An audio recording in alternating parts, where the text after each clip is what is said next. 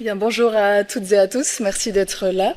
Je me permets de commencer par un petit moment de publicité et de promotion pour le symposium dont je vous ai parlé en tout début de semestre, symposium que j'organise avec Florian et avec Thierry Herman de l'Université de Neuchâtel. Donc ça aura lieu le 7 juin.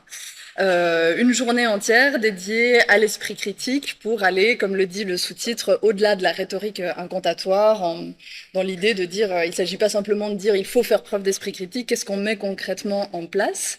Et la particularité de ce symposium, c'est que ça permettra de traiter d'esprit critique du point de vue de différentes disciplines. Donc on va avoir Martin Davis et Thierry Herman qui vont nous parler d'esprit critique du point de vue de l'argumentation et du langage. Ensuite, nous aurons Mireille Bretoncourt et Emmanuel Sander de l'Université de Genève, que vous connaissez peut-être, qui sont enseignants à la FAPC, qui auront plutôt l'approche psychologique sur l'esprit critique. Elena Pasquinelli, elle, aura un regard de philosophe, mais aussi de sciences cognitives sur les fondements cognitifs de l'esprit critique. Et puis, on terminera par les philosophes, donc avec Harvey Siegel, dont je vous avais parlé, qui a fait partie de la vague du boom de l'esprit critique dans les années 70 aux États-Unis, et donc qui va parler de l'articulation entre esprit critique et vertu intellectuelle. Et on terminera la journée avec moi. Et je vous parlerai des difficultés conceptuelles qu'on rencontre dans le cadre de la notion d'esprit critique. C'est une journée donc qui va se dérouler de 9 heures à 17 heures, plus ou moins, le 7 juin. L'adresse est là. Il n'est pas possible malheureusement de suivre l'événement sur Zoom, donc ce ne sera pas un événement hybride. Pour les étudiantes et les étudiants, c'est pas possible non plus d'avoir des crédits pour cet événement, donc ça fait pas partie de la validation du cours, mais si vous pouvez être là, je serais ravie de vous compter parmi les participantes et les participants. Et il n'est pas non plus nécessaire de s'inscrire, donc voilà, c'était juste le petit moment promotionnel, et on va commencer directement le cours. Je laisse la parole à Florian. Je te laisse. Il y a du spoil. Ah oui, j'ai vu. Alors, bon, bonjour à tous. Donc on va finir assez rapidement la séance sur les biais. Donc je résume quel était le but de la séance sur les biais. J'avais essayé de montrer qu'au moins depuis la période moderne, il y a vraiment cette idée qu'on retrouve plusieurs fois à de nombreuses instances dans la philosophie, que pour bien penser, il faut savoir aussi quelles sont les pentes naturelles, les risques naturels, les tendances de l'esprit qui nous amènent à mal penser. J'ai montré que c'était quelque chose qui était traqué au XVIIe, XVIIIe, XIXe sous divers noms, dont celui de sophisme. C'est quelque chose auquel les philosophes s'intéressent moins à partir du XXe siècle, tout simplement parce que le début du XXe siècle voit une distinction entre philosophie et psychologie qui n'existait pas avant. L'histoire de la philosophie au début du XXe siècle est vraiment marquée par le fait que les départements de philosophie se scindent entre philosophes, vrais philosophes et psychologues, donc il y a moins d'intérêt pour les défauts psychologiques de l'esprit de la part des philosophes. Mais que cette idée, on l'a retrouvée aujourd'hui sous la figure des biais, hein, cette idée que pour bien penser, il faut avoir conscience de ses biais, il faut se méfier de ses biais. Dans la dernière séance, on a vu qu'une façon très populaire de définir les biais, c'était comme une forme d'erreur qui résultait de la surapplication d'une heuristique, d'une règle de raisonnement automatique. On a vu ensuite que cette conception avait été un peu battue en brèche et critiquée parce qu'elle suppose qu'un biais est défini par rapport à un modèle idéal de raisonnement ou un modèle idéal de prise de décision, et qu'en fait, il y a tellement de modèles possibles, idéaux, tellement de standards qu'on peut utiliser qu'en jouant avec les standards, on peut forcément on peut trouver quelque chose, on peut prouver que tout est plus ou moins rationnel et donc que rien n'est un biais. J'avais dit ensuite qu'on pouvait essayer d'éviter ce débat, parce qu'on peut tout simplement éviter ce débat en utilisant une définition de biais qui ne fait pas appel à une norme, et je vous avais dit qu'en psychologie, généralement, on appelle biais toute tendance, en fait, de l'esprit. Toute tendance qui se décale d'un point de référence qui n'est pas forcément une norme, mais qui peut être juste l'indifférence. Et on va partir de cette idée, voilà, on va appeler biais juste ces tendances de l'esprit, sans forcément avoir à les définir par rapport à une norme ou comme une erreur. Et la question qui se pose, c'est bon, ben, si on définit plus les biais comme par rapport à une norme ou comme étant une erreur, est-ce que c'est vraiment pertinent pour l'esprit critique? Donc la question, c'est de savoir, est-ce que c'est important d'avoir conscience de ces biais? Est-ce que c'est important de se prémunir contre ces biais? Et on va voir que, on va passer à une troisième vague de recherche sur la question. Il y a tout un tas de recherches assez contemporaines depuis les années 2000, on va dire, qui suggèrent qu'effectivement, avoir conscience de ces biais, être attentif aux processus intuitifs et automatiques qui guident notre pensée, peut avoir des conséquences importantes pour l'esprit critique. Et c'est de ça dont je vais parler aujourd'hui. Et donc, cette nouvelle littérature, elle se rebase sur cette distinction entre système 1 et système 2, ou processus de type 1 et processus de type 2, dont j'avais parlé la dernière fois. Et c'est une littérature qui suggère que ça peut être intéressant de temps en temps se méfier des processus de type 1, de se méfier de la pensée automatique, pour passer dans une pensée un peu plus lente, qui est la pensée de type 2, et que il y a des bénéfices à justement être attentif aux processus automatiques et à pas toujours les suivre. Cette littérature, elle suppose qu'en fait, il peut y avoir deux liens possibles entre le système 1 et le système 2. Donc le système 1, c'est tout ce qui est automatique, qui nous délivre un peu ses conclusions sous forme d'intuition ou de sentiment que quelque chose est vrai. Le système 2, vous vous rappelez, c'est le raisonnement conscient, lent et réfléchi.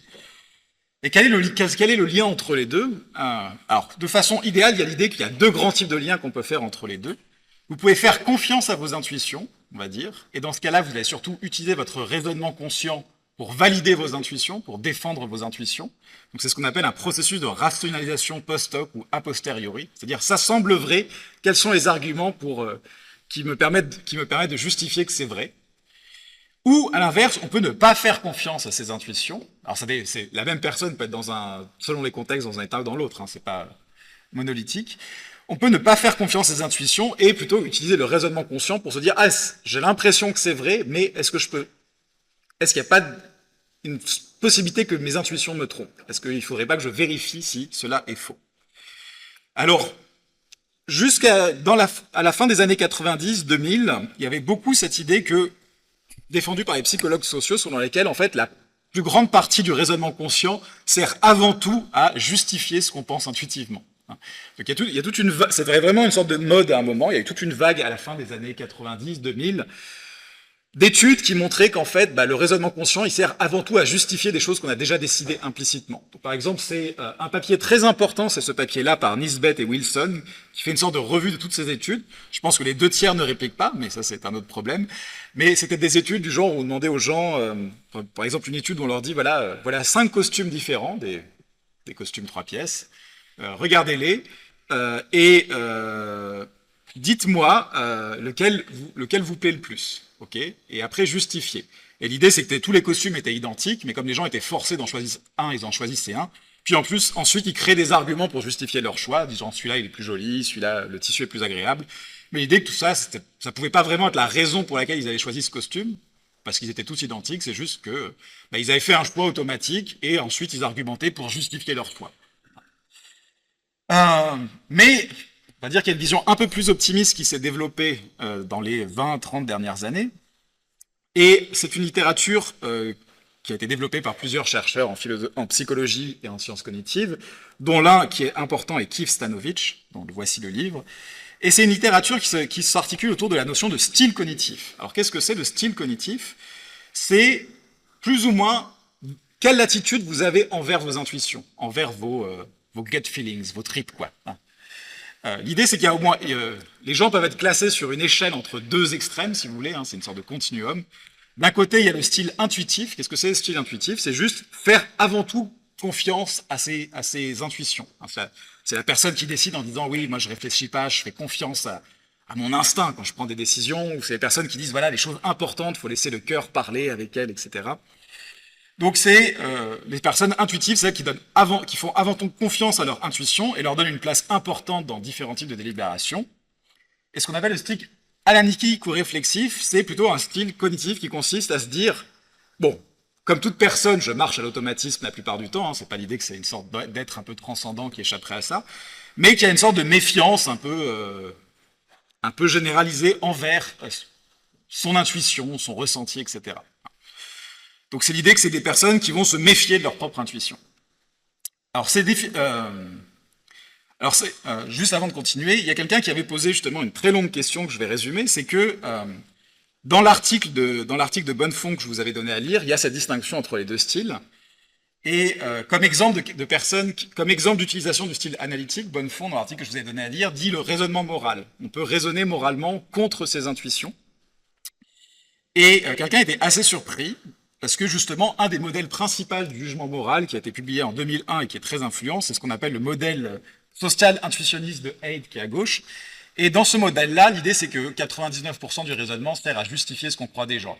C'est-à-dire, en morale, en général, on a des valeurs, on a des intuitions, on a des sentiments, et c'est très rare qu'on raisonne pour arriver à une conclusion morale. En général, on a d'abord une opinion, puis on raisonne juste pour défendre son opinion envers les gens qui ne sont pas d'accord.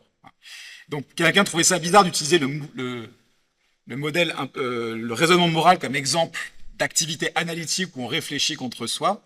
C'est parce que Bonnefond, dans son article, a un autre modèle en tête, qui est une littérature qui a été initiée par un philosophe de neuroscientifique qui s'appelle Joshua Green, qui considère que, en fait, oui, il y a toute une partie de la morale qui est intuitive, mais une partie importante de la morale met aussi en place un raisonnement qui va inhiber les intuitions. Donc, je ne vais pas rentrer là-dedans. Et donc, ça montre un peu, les deux modèles reflètent un peu ce que je disais, c'est que jusqu'à la fin des années 2000, vous avez vraiment cette idée en psycho sociale selon laquelle, en fait, le raisonnement, c'est juste une sorte d'épiphénomène. C'est quelque chose qu'on fait pour justifier ce qu'on ressent. Et à partir de ces années-là, il y a tout et après ça, il commence à y avoir plus une sorte d'optimisme modéré selon lequel, non, mais quand même, le raisonnement, des fois, ça peut servir à quelque chose. Il y a certaines personnes il y a certaines occasions dans lesquelles on peut utiliser le raisonnement pour essayer de corriger nos intuitions, pour corriger les processus automatiques. De la même façon, quelqu'un demande si on peut... dit, voilà, on vient de parler de l'idée qu'on peut utiliser le système 2 pour rationaliser une réponse biaisée.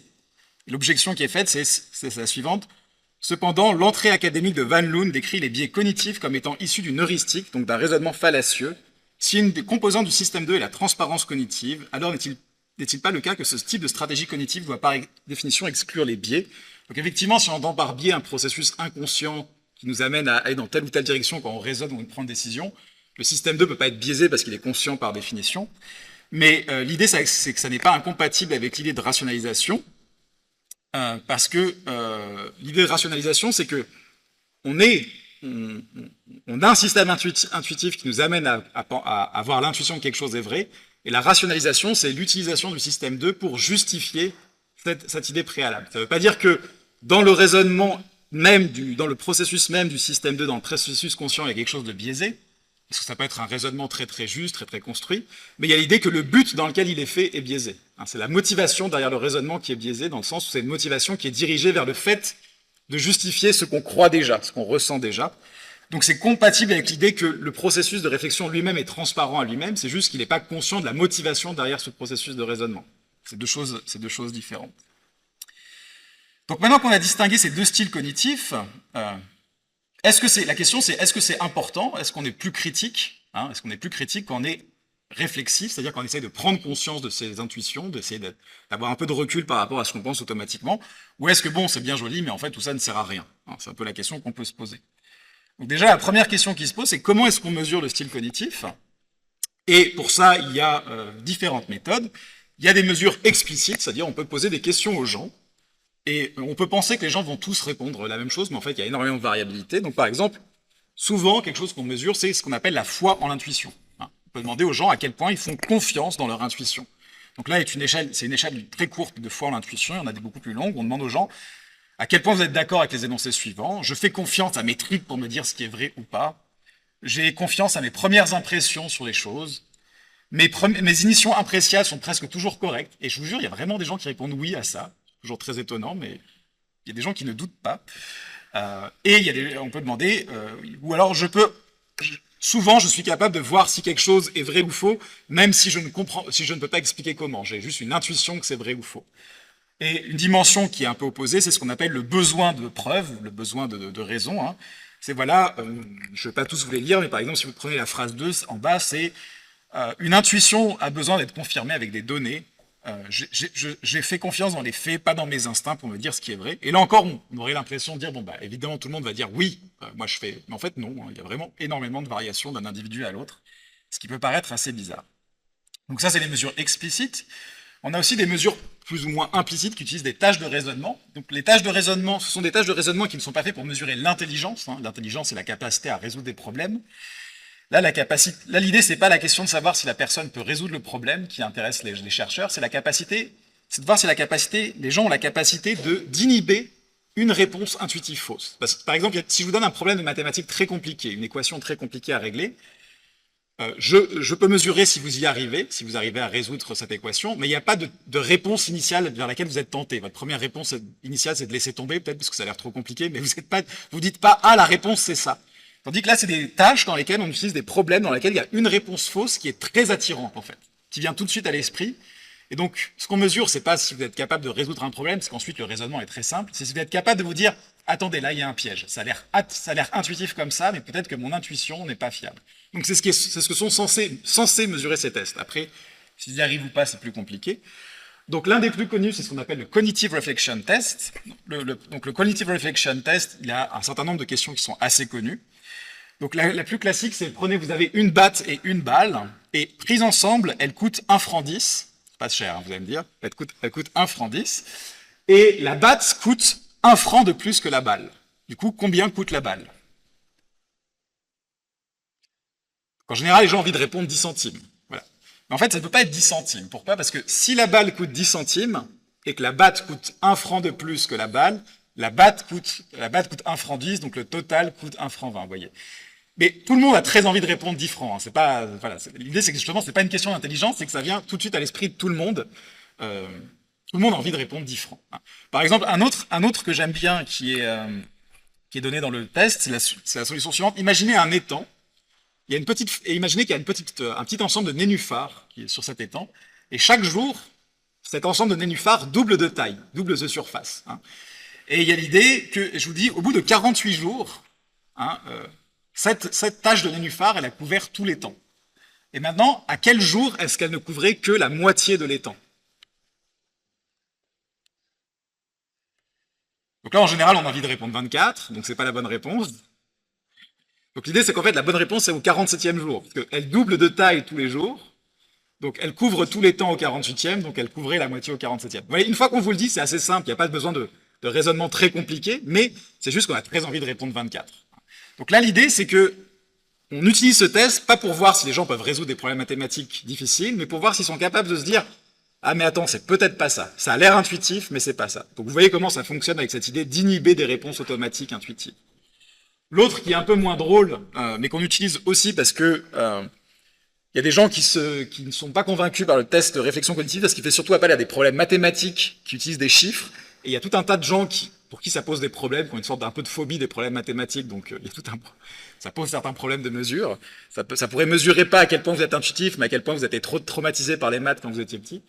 Non mais c'est vrai, c'est des problèmes qui se posent. Il y a des tests qui essayent de faire la même chose avec des mesures complètement verbales en fait.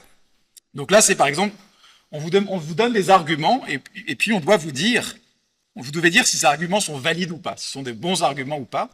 Et certains arguments sont des bons arguments qui ont une fausse conclusion, et certains arguments sont des mauvais arguments qui ont une vraie conclusion.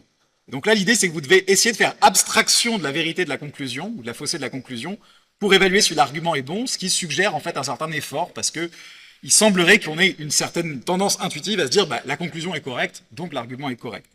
Donc un exemple qu'on peut donner, voilà, là il n'est pas ici. Par exemple, si je vous dis tous les mammifères ont des jambes, les baleines sont des mammifères, donc les mammifères ont des jambes, les baleines ont des jambes, c'est un raisonnement correct, mais vous voyez que bon, la conclusion est fausse. Hein. Et donc l'idée, c'est que pour réussir le test, il faut réussir à se dire bon, l'argument est un vrai argument, c'est un raisonnement solide, mais c'est juste la conclusion qui n'est pas une bonne conclusion. Donc voilà. Ces mesures corrèlent entre elles, pas autant qu'on le voudrait, on va s'avouer, mais elles corrèlent quand même un petit peu. Donc il y a l'idée qu'on mesure avec les deux une certaine tendance à résister à ces réponses intuitives pour essayer d'avoir des réponses un peu plus réfléchies.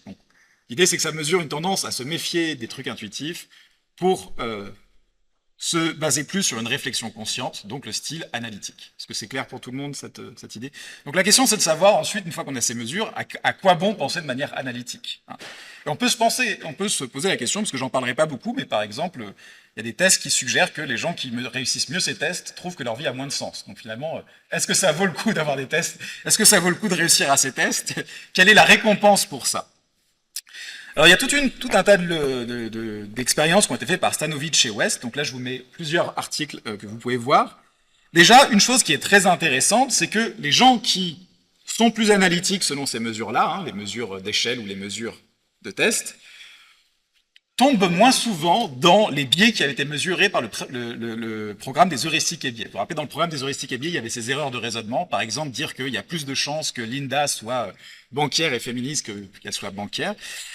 Donc, je vous avais pas fait la liste de tous les biais qui ont été identifiés dans cette littérature, mais ce qu'ont montré ces études un peu plus récentes, c'est que déjà, la plupart des biais qui ont été identifiés dans la littérature, la plupart des erreurs qui ont été identifiées comme erreurs par la littérature sur les biais et les heuristiques, en fait, déjà corrèlent entre elles. C'est-à-dire que souvent, les gens qui font un type d'erreur font aussi plus souvent de type d'erreur.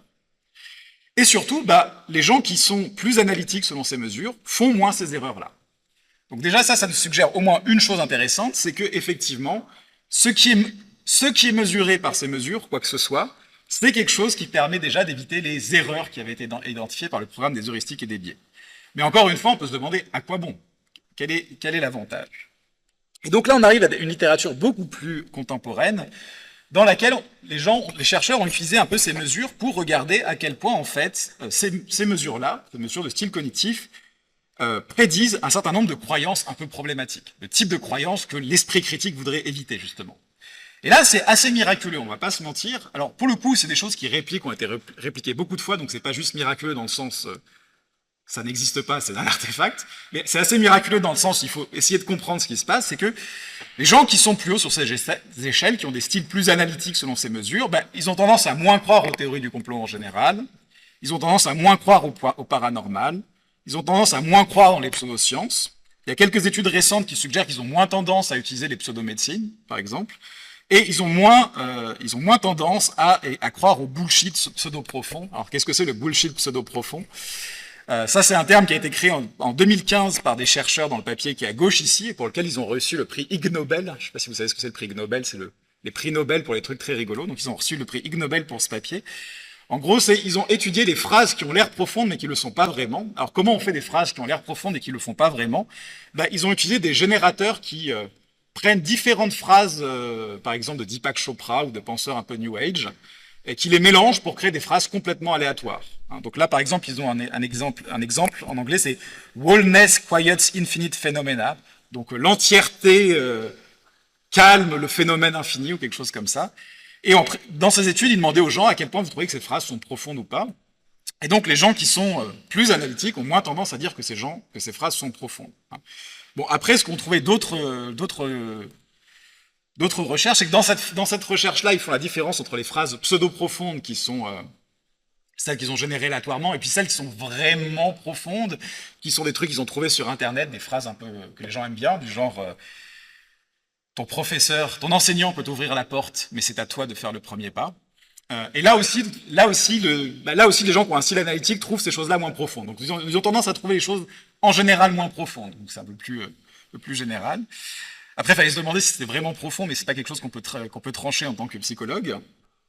Donc, vous voyez, il y a un peu cette idée, finalement, il semble que la tendance à se méfier de ses réponses automatiques, à se méfier de ses intuitions, de son instinct, elle corrèle avec tout un tas de trucs qui ont l'air positifs pour l'esprit critique, ne pas croire à tout un tas de croyances problématiques.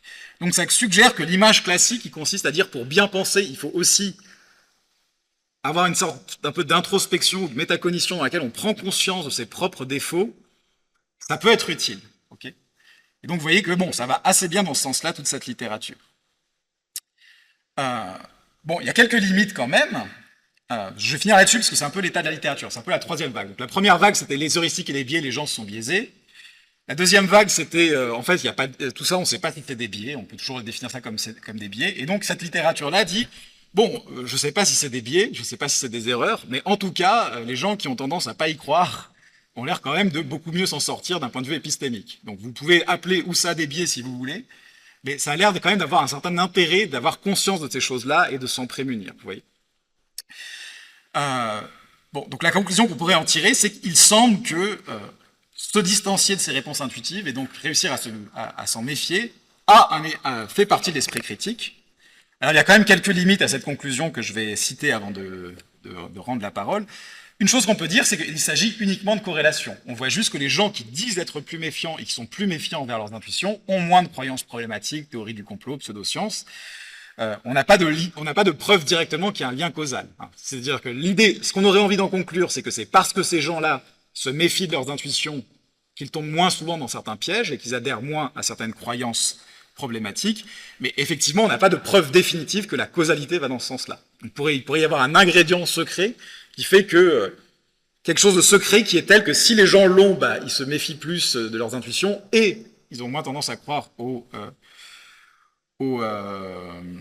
théories problématiques. Alors, par exemple, ça pourrait être l'éducation. Alors, c'est pas l'éducation, on le sait, parce que beaucoup de ces études prennent en compte l'éducation et montrent que le lien entre style cognitif et croyance est beaucoup plus fort que celui de l'éducation avec ces croyances-là, donc ça passe pas par l'éducation, mais on pourrait imaginer quelque chose d'autre, je ne sais pas quoi. Mais il n'en reste pas moins qu'une explication intuitive de ces données, ça reste que c'est parce que les gens se méfient de leurs intuitions qu'ils ne tombent pas dans ces pièges-là. Une deuxième limite de cette littérature qui est souvent soulevée, c'est bon, bah, c'est bien mignon cette idée. Donc ça voudrait dire qu'en fait, quand les gens se méfient pas de leurs biais, ils tombent plus souvent, enfin de leurs intuitions, ils tombent plus souvent dans des croyances problématiques. Mais quel est le lien entre les croyances problématiques et les intuitions et comment quel est le pipeline, quel est le chemin qui amène du fait de faire confiance à ces intuitions aux croyances problématiques, vous voyez. Et souvent les gens disent bon, bah, il n'y a pas de théorie pour rendre compte de ça. Alors il y en a une, mais c'est encore dans une autre littérature dont j'aurai pas le temps de vous parler. Je vous donne juste quelques pistes si vous intéresse. Il y a un paradigme, il y a une approche qui a été créée par l'anthropologue Dan Sperber, dont j'avais déjà parlé il y a 2 séances, qui s'appelle la contagion des idées, qui repose sur l'idée que, en général, bah, les théories, les croyances, sont des choses qui se propagent dans une société, d'un individu à l'autre. Et en fait, quand les gens reprennent une théorie d'un autre individu, ils la copient pas bêtement, en fait. Ils la réinterprètent avec leurs propres moyens. Donc en gros, l'idée, c'est que la culture fonctionne sur le modèle d'un téléphone arabe. Si vous voyez tout ce que c'est un téléphone arabe, est-ce que c'est clair pour tout le monde? Ouais, c'est pas trop vieux comme terme. Donc l'idée, c'est que voilà, moi je vais vous proposer une théorie, et puis les gens vont reprendre la théorie, mais ils vont changer quelque chose. Hein, souvent l'idée, c'est que bon, bah, il y a des études scientifiques sur le téléphone arabe. C'est vraiment un paradigme scientifique très utilisé en psychologie qui montre que plus une histoire se propage, plus elle va avoir tendance à coller aux grands stéréotypes et aux aux idées courantes en général. Les gens vont peu à peu déformer l'histoire pour que ça tombe dans les idées les plus intuitives pour eux. Donc par exemple, si vous commencez avec une version du Petit Chaperon Rouge avec des détails qui sont pas très intéressants, du genre, je sais pas, d'un côté, je sais pas, le loup dans la version dans la version d'origine, le loup porte des bottes, voilà. Et ben, en général, ce détail-là, il va pas avoir tendance à survivre dans les versions d'après parce que c'est pas très important pour l'histoire, ça n'est pas très intéressant. De la même façon, quand vous lisez les premières versions des contes de Grimm ou de Perrault, il y a plein de trucs que les gens ont décidé d'oublier au fur et à mesure que le conte se propageait, qui ne sont pas très intéressantes dans le sens où c'est pas des idées qui sont aussi marquantes que certains éléments du conte. Et donc l'idée de la contagion des idées, c'est que bon, certaines idées on reçoit des idées de certaines personnes, on les garde ou pas, et certaines idées vont avoir une durée de vie et une stabilité plus grande parce qu'elles correspondent à certains phénomènes intuitifs. Donc si ça vous intéresse, vous pouvez aller voir ce papier, par exemple, qui est ici. Ce papier est écrit par Hugo Mercier, dont j'avais déjà parlé, et puis par 2 autres chercheurs. Et c'est un papier qui s'intéresse au fait que la saignée, ça soit une pratique médicale qu'on retrouve dans énormément de cultures différentes, en fait. Vraiment, à travers le monde, c'est la saignée, le fait de saigner les gens, on en avait déjà parlé pour les soigner. C'est quelque chose qui se retrouve dans énormément de cultures différentes. Et c'est un mystère, parce que si c'était un truc utile, on pourrait expliquer que ça se retrouve partout. Parce qu'en gros, les gens, de façon indépendante, tombent sur un truc qui fonctionne, ça se développe de façon indépendante, il n'y a pas de problème. Mais le fait qu'une pratique qui tue plus souvent qu'elle ne guérit se multiplie à travers différentes cultures est assez mystérieuse. Et donc, les auteurs utilisent le cadre que j'ai présenté très brièvement, mais que je vous invite à aller visiter, pour dire, en fait, c'est parce que c'est une idée qui colle à nos intuitions, à des phénomènes intuitifs. Vous vous rappelez, je vous avais dit qu'on a tout un tas de mécanismes intuitifs au sujet du dégoût. Je vous en avais décrit quelques-uns. Et leur idée, c'est que comme le dégoût, c'est quelque chose qui a évolué chez les humains pour les prémunir des maladies. On ne mange pas les trucs pourris, on mange pas le caca, parce qu'il y a plein de maladies dedans. Non, mais c'est pour ça que ça marche, je vais le dire comme ça. Et leur idée, c'est que on fait une association intuitive entre ce qui est dégoûtant et ce qui apporte des maladies, entre saleté et maladie, vous voyez. Et la saignée, selon elle, est une idée qui est assez naturelle. Une fois qu'on l'a, elle reste bien dans les esprits. Parce que si on identifie intuitivement pureté et santé, maladie et impureté, il y a l'idée que pour guérir quelqu'un, il faut le purifier. Hein. C'est-à-dire qu'il y a quelque chose de sale à l'intérieur de lui, il faut faire gicler la saleté, hein, il faut faire partir la saleté pour la guérir. Donc leur idée, c'est que c'est une idée toute pourrie, l'enseigner, mais c'est une idée qui a un grand potentiel de vie, parce que ça parle à ce genre d'intuition, vous voyez. Et donc leur idée, c'est que il y a beaucoup de théories un peu bizarres peuvent s'implanter à partir du moment où elles parlent à des intuitions intuitives, à des systèmes un peu intuitifs. Donc, ça pourrait expliquer le lien entre intuition et croyance problématique. Hein. Par exemple, les théories du complot. Pourquoi les théories du complot sont attractives? Parce que, en tant qu'être humain, en tant qu'être sociaux, beaucoup de psychologues considèrent qu'on a l'habitude d'expliquer ce qui se passe dans la société en parlant des intentions des gens. Hein, quand il se passe un truc, on se dit qui a fait ça, dans quelle intention. C'est notre mode d'explication générale de comment les humains agissent. Et donc, quand on a besoin d'expliquer quelque chose qui se passe dans la société, les théories du complot, ce sont des théories qui viennent remplir exactement ce genre de critères. Ça nous dit, il s'est passé ceci parce que telle personne avait telle intention et agit de cette façon-là. Et il reste une dernière difficulté à ce que j'ai présenté, qu'il faut que je développe un peu, c'est le cas du biais de confirmation. Alors, on avait parlé un peu du biais de confirmation, hein, vous vous rappelez, donc là, ce que j'entends par biais de confirmation, c'est quand vous êtes déjà convaincu de quelque chose, vous allez avoir plutôt tendance à retenir et à vous concentrer et à porter attention, voire même à rechercher des preuves qui vont dans le sens de ce que vous pensez déjà que dans le sens inverse. Je vous ai expliqué toutes les choses qui avaient été dites pour dire que le biais de confirmation était rationnel ou pas. Et le biais de confirmation, on a vu que c'est quand même quelque chose dont les philosophes parlent au moins depuis le XVIIe siècle. Hein. Quand je vous ai montré toutes les explications classiques de pourquoi on raisonne mal, il y avait souvent quelque chose comme le biais de confirmation qui était avancé. Et ce qui est étonnant avec le biais de confirmation, c'est qu'il ne rentre pas du tout dans le scénario que je viens de décrire. Qu'est-ce que c'est? Qu'est-ce que ça veut dire? Je vous ai dit que la plupart des biais qui avaient été identifiés comme des erreurs dans la littérature corrèlent entre eux. Mais le biais de confirmation ne corrèle pas du tout avec les autres biais. Il vit sa vie de son côté. C'est-à-dire, si vous avez plus tendance à faire telle erreur de statistique, vous allez avoir plus tendance à faire telle autre erreur que les psychologues ont identifié, mais pas le biais de confirmation. Le biais de confirmation, il est lié à rien d'autre. Il vit sa vie un peu indépendamment. Et ce qui est très étonnant, c'est que tous les autres biais dont je vous ai parlé corrèlent d'une certaine façon avec le style cognitif. C'est-à-dire, les gens qui ont un style plus analytique tombent plus dans certains biais. Et ceux avec le style moins analytique tombent moins dans ces biais-là, mais pas le biais de confirmation. C'est-à-dire que là aussi, si vous êtes très analytique, très intuitif, ça ne change rien. Le biais de confirmation a l'air complètement pas touché par ça. Donc ça a l'air d'être un peu un cas à part. Et surtout, je vous ai dit qu'il y a plein de problèmes avec les biais, c'est-à-dire que, en tout cas, ce qu'on a appelé biais, vous pouvez discuter que c'est rationnel ou pas, mais ça corrèle avec les croyances aux théories du complot, ça corrèle avec les croyances dans les pseudosciences, etc. Par exemple, l'erreur de conjonction, le truc de Linda que je vous ai présenté tout à l'heure, il y a plusieurs papiers qui montrent que les gens qui font plus souvent l'erreur croient plus aux théories du complot. Hein, voilà. Mais par contre, on ne sait pas, il n'y a pas énormément de recherches qui suggèrent pour l'instant, il n'y a pas énormément de littérature qui suggérerait que le biais de confirmation est lié au fait d'avoir plus de croyances douteuses. En tout cas, il n'y a pas énormément de littérature sur le sujet. Il y a une énorme littérature autour de ce qu'on appelle l'actively open-minded thinking. Alors, qu'est-ce que c'est?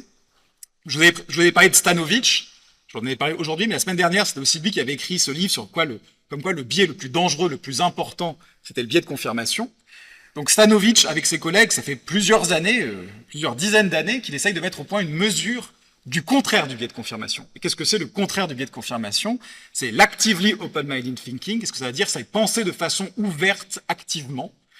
Et donc, c'est quelque chose qui est mesuré par des échelles comme celle-ci. Alors, par exemple, on vous demande à quel point vous êtes d'accord avec les phrases suivantes. Changer d'avis est un signe de faiblesse. Donc, si vous dites oui à ça, vous êtes considéré comme pas très actively open-minded thinker. Mais par contre, il y a des choses comme c'est important de se confronter à d'autres opinions que celles qu'on a déjà. Hein. Ou c'est signe d'un bon caractère de changer d'avis quand on nous donne un argument en sens inverse. Donc, c'est toute une échelle qui mesure la disposition des gens à aller se confronter à des opinions inverses à celles qu'ils ont et à changer d'avis. Et là encore, ça c'est une échelle qui a beaucoup été utilisée, qui a beaucoup été raffinée. Encore une fois, plus vous êtes haut sur cette échelle, plus vous dites que vous êtes un penseur actif et ouvert, moins vous croyez aux théories du complot, moins vous croyez à plein de croyances problématiques. Donc il semble qu'être un penseur ouvert qui va à l'encontre de son biais de confirmation, encore une fois, c'est quelque chose de bon. Il y a juste un problème qui est reconnu par les auteurs dans cet article, dans lequel il fait un peu le résumé de sa carrière, en disant « J'ai conçu cette échelle qui est censée mesurer l'inverse du biais de confirmation. Si vous êtes plus haut sur cette échelle, vous avez moins de chances de tomber dans les erreurs qui ont été identifiées comme des biais, vous avez moins de chances de croire à tout un tas de trucs, et par contre, ça n'a aucun lien avec le biais de confirmation. C'est-à-dire que votre score sur cette échelle ne prédit pas du tout votre biais de confirmation. Donc, ce que suggèrent ces recherches, c'est que si vous cherchez activement à aller contre votre biais de confirmation, bah c'est bien, ça a plein de conséquences positives, c'est lié au fait de moins croire à des théories du complot, moins croire à des théories problématiques, mais par contre, ça ne dit rien sur le fait de si ou pas vous êtes victime du biais de confirmation. C'est quand même un petit peu bizarre, ce qui est une sorte de limite de cette littérature. En tout cas, ce que suggère cette littérature, c'est que si on ne se concentre pas sur... Alors les gens qui défendent cette littérature disent les littératures précédentes se sont concentrées un peu sur ce que répondent la plupart des gens. Donc dans le cas des heuristiques et des biais, la plupart des gens répondent ça, et on va dire que c'est une erreur, donc la plupart des gens font une erreur. Dans la littérature qui critiquait, il y avait l'idée que la plupart des gens répondent ça, mais comme la plupart des gens répondent ça, ça montre probablement que c'est pas irrationnel, que ça doit être rationnel en un certain sens. Cette littérature dit, nous, ce qui nous intéresse, c'est pas ce que répondent la plupart des gens, c'est la différence entre ceux qui répondent quelque chose et qui répondent pas. Et là, il semble que quand on se concentre là-dessus, il y a tout un tas de dispositions, la disposition à ne pas se fier à ses croyances, à ses intuitions automatiques, qui est liée à tout un tas de résultats positifs du point de vue de l'esprit critique, vous voyez. Ce qui suggère qu'on a là tout un tas de dispositions qui sont potentiellement intéressantes pour l'esprit critique. Du coup, pour finir, on peut poser la question que se pose Bonnefond dans l'article que je vous ai donné à lire. Est-ce qu'on ne pourrait pas identifier l'esprit critique au système 2 ? Alors ça, c'est déjà une question un peu facile à répondre, il y répond assez facilement, il dit « Bah non, parce que le système 2, comme on a vu, il peut être utilisé pour rationaliser les intuitions. Vous pouvez être très intelligent et uniquement utiliser votre capacité de raisonnement pour justifier ce que vous croyez intuitivement, et du coup, vous êtes un très bon avocat pour vos propres croyances, mais vous ne pensez pas de façon critique. » Mais bon, on peut se demander, est-ce que finalement, l'esprit critique, ce serait pas tant... Ok, l'esprit critique, c'est pas le système 2, c'est pas penser de façon réfléchie, mais est-ce que l'esprit critique, ce serait pas toutes les choses qu'on a vues, c'est-à-dire la tendance à se méfier de ses intuitions pour essayer de passer dans un mode plus réflexif. Et donc là, Bonnefond décrit les différentes aptitudes qui permettent de passer de se méfier de ses intuitions, c'est détecter quand nos intuitions sont en conflit avec potentiellement la vérité, réussir à inhiber cette réponse automatique, et ensuite chercher explicitement, par un raisonnement conscient, la bonne réponse. Et donc la question, c'est de savoir est-ce qu'on pourrait identifier l'esprit critique à ces choses-là. Et du coup, est-ce que ça... la proposition de Bonnefond, c'est que si ça, c'est l'esprit critique, ça appartient au système 2, donc l'esprit critique, c'est pas tout le système 2, mais c'est un certain usage du système 2. Vous voyez un peu l'idée. Alors, la critique qu'on peut faire à cette solution, c'est qu'en fait, c'est pas clair que toutes ces choses-là, ce sont des choses qu'on fait pour inhiber le système 1 et passer à l'utilisation du système 2, inhiber le raisonnement automatique et passer à l'utilisation du raisonnement conscient, mais c'est pas clair que ce passage soit lui-même l'effet de quelque chose de conscient, en fait. Il se pourrait très bien que ce soit quelque chose qui se fasse de façon plus ou moins automatique selon les personnes.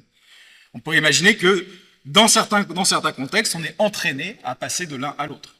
Si vous travaillez dans un domaine et vous savez qu'il y a des cas dans lesquels il y a beaucoup plus de chances d'erreur, vous pouvez automatiquement vous dire « Ah, là, il faut que je passe en mode conscient et que je fasse plus attention. » Donc ça, c'est quelque chose qui a été proposé. Donc par exemple, certains psychologues, dont un psychologue français qui s'appelle Olivier Houdet, propose ce qu'il appelle un système 3. Alors je suis pas vraiment fan de l'appellation, parce que jusque-là, je vous ai dit que voilà, en système, en fait, ça veut dire des types de processus, donc ça amène un peu de confusion d'amener système 3. Mais il propose cette idée que il y a le système automatique en haut, le système conscient en bas, et il y a quelque chose qui permet le passage de l'un à l'autre. Et finalement, on pourrait dire, est-ce que l'esprit critique, ce serait ça? Et la question, ce serait de savoir, est-ce que l'esprit critique, c'est quelque chose qui est conscient? Est-ce que ce passage, il se fait par quelque chose de conscient ou pas? Je vais répondre à ça, et puis je vais revenir sur la question. Alors, il y a beaucoup de raisons de penser que ça ne serait pas une définition suffisante de l'esprit critique, parce que déjà, on a vu que se méfier de ses intuitions, c'est bien, mais il y a aussi toute une composante sociale de l'esprit critique, qui est de évaluer les informations que nous donnent les autres. Et on a vu, par exemple, dans les conceptions naïves, c'était plus important que se méfier de ses propres intuitions.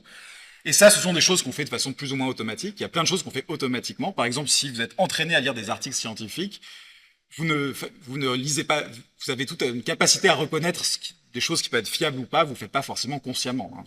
Vous détectez ces choses-là inconsciemment. Donc vous pouvez avoir des composants de l'esprit critique qui sont très intuitives, et surtout quelque chose qui est dans lequel il y a beaucoup d'insistance dans cette littérature, c'est que ce qui est important, c'est pas juste d'avoir la capacité à inhiber ces réponses automatiques et à y réfléchir, c'est aussi d'en avoir le désir, c'est-à-dire la disposition. Par exemple, vous pourriez avoir, si vous avez la capacité à inhiber vos réponses automatiques et à réfléchir, mais que vous vous en servez uniquement quand ça vous arrange, parce que sinon le reste du temps ça vous saoule, bah, vous n'êtes pas vraiment un esprit critique. Donc la plupart des gens ils disent qu'il faut non pas seulement la capacité à inhiber le système automatique pour passer en mode plus contrôlé, il faut aussi le désir de le faire dans des buts critiques, et donc ça c'est une composante motivationnelle qui ne fait pas partie du raisonnement lui-même. Donc, mais ça n'empêche pas que c'est sûrement, qu'il y a des raisons de penser que c'est une composante assez importante de l'esprit critique, même si l'esprit critique ne s'y résout pas. Et donc, en tout dernier, je réponds à cette question qui m'a été posée. Quelqu'un qui proposait un argument contre l'identification du système 2 à l'esprit critique. Si on utilise des heuristiques, alors on n'utilise pas le système 2. Si on pense de façon critique, alors on utilise le système 2. Si on utilise des heuristiques, alors on ne pense pas de façon critique, parce que si on identifie le système 2 à l'esprit critique, alors on ne pense pas de façon critique, on utilise des heuristiques. Parfois, utiliser des heuristiques nous amène à former les meilleurs jugements possibles, compte tenu des circonstances, selon l'approche de la rationalité écologique, et il en résulte que parfois nous formons les meilleurs jugements possibles, compte tenu des circonstances, sans exercer notre esprit critique.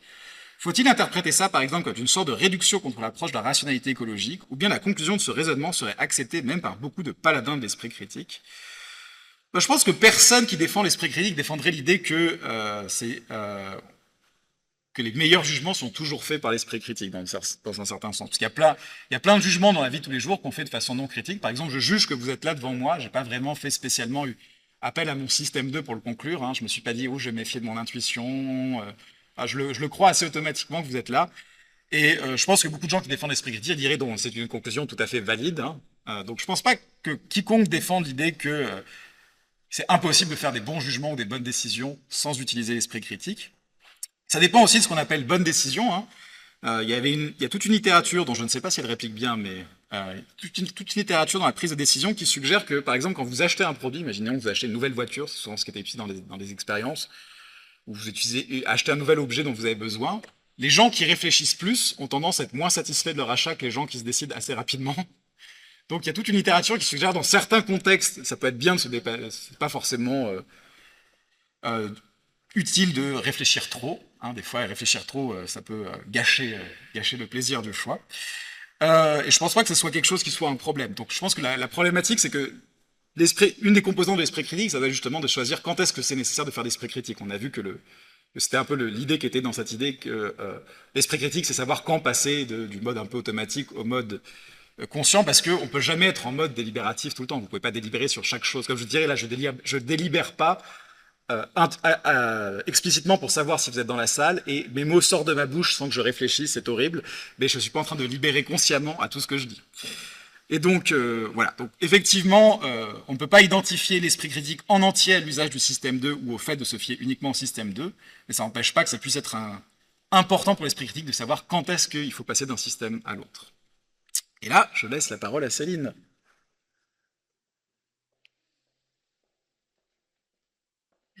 Merci beaucoup. On va parler maintenant, et ça va faire le lien avec cette composante motivationnelle dont vient de parler Florian, on va parler d'esprit critique et de vertu intellectuelle, et en plus particulier, on va parler d'éthique de la croyance. Ça va être une séance assez longue, donc je la commencerai aujourd'hui et je la terminerai eh bien pour notre dernière séance, étant donné que la semaine prochaine, c'est le jeudi de l'Ascension. Donc voilà, on verra jusqu'où on va aujourd'hui et on continuera la semaine après l'Ascension. Comme point de départ, pour réfléchir à l'éthique de la croyance, j'ai pris une réflexion que l'un ou l'une d'entre vous nous avait adressée au tout début du semestre, quand vous avez lu l'article de Napolitano et Reuter. Et j'avais beaucoup aimé cette intervention, donc j'ai trouvé qu'elle introduisait bien sur le sujet de l'éthique de la croyance. Quelqu'un disait... Est-ce que l'idée est de dire qu'une croyance injustifiée est une croyance qu'on ne devrait pas avoir, pour laquelle on est coupable d'une faute épistémique à cause d'une responsabilité éthique, si c'est le type de vision qui est défendu? Il me semble problématique d'insérer un niveau de responsabilité morale dans le domaine des croyances. Et là, l'exemple qui m'a beaucoup plu, à partir de quel âge ou de quelle quantité d'informations un enfant est-il coupable de croire au Père Noël? Et donc, effectivement, quand on parle d'éthique de la croyance, se pose cette question de un enfant est-il coupable de croire au Père Noël? Alors, on part de cette idée-là. Évidemment, non, hein. On va tout de suite désamorcer ça. L'enfant n'est pas coupable de croire au Père Noël, tout simplement aussi parce qu'il n'est pas mature épistémiquement. Alors il y a toute une théorie de Deanna Kuhn sur le développement des étapes de la croyance épistémique. Je ne vais pas rentrer spécifiquement là-dedans, mais vous vous souvenez que la semaine passée, Florian nous a expliqué que déjà petits, les enfants ont des bases, des outils de la vigilance épistémique qui leur permet de déceler des indices sur les deux grandes composantes de la vigilance épistémique qui sont la compétence et la bienveillance. Et donc l'enfant très vite va se dire, eh bien mes parents ont l'air très épistémiquement compétents sur à peu près tout. Vous vous souvenez sans doute qu'à l'époque on pensait que nos parents savaient tout. Nos parents savent très bien d'où viennent les cadeaux, donc s'ils disent que c'est arrivé par le Père Noël, eh bien, il n'y a pas de raison de se méfier. Et puis, sans doute qu'ils sont bienveillants parce qu'ils n'ont pas de raison de me mentir sur ce point.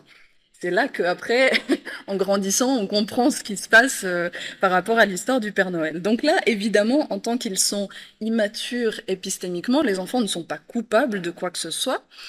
Donc, est-ce qu'on devrait même parler d'éthique de la croyance? Et je vous amène un autre personnage qu'on a rencontré il y a quelques semaines.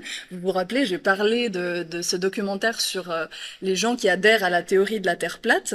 Et puis, il y avait ce monsieur avec ses amis qui avait acheté un gyroscope à 20 000 dollars et qui avait décidé d'utiliser le gyroscope dans l'idée de démontrer qu'il n'y avait pas de rotation de la Terre. Et puis, malheureusement, le gyroscope a découvert qu'il y avait bel et bien une rotation de la Terre. Et il dit cette phrase qui m'avait marqué dans le documentaire, il dit « Nous avons choisi de ne pas accepter ça ». C'est-à-dire qu'il voit les preuves et il dit « Non, ça, je le mets de côté et je n'y crois pas ». Donc là, on a quand même envie de dire qu'il y a un comportement qui est épistémiquement coupable.